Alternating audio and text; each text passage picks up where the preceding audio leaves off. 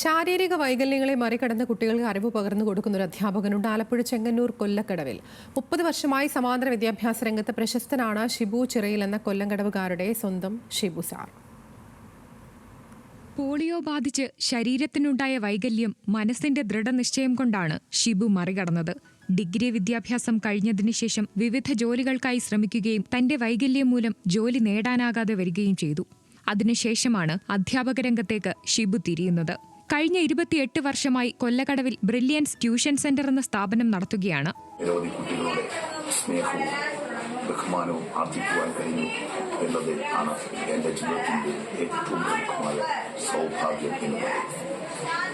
എവിടെ ചെന്നാലും ബഹുമാനവും സ്നേഹവും കിട്ടുന്ന അധ്യാപന ജോലിയിൽ ഞാൻ തൃപ്തനാണ്.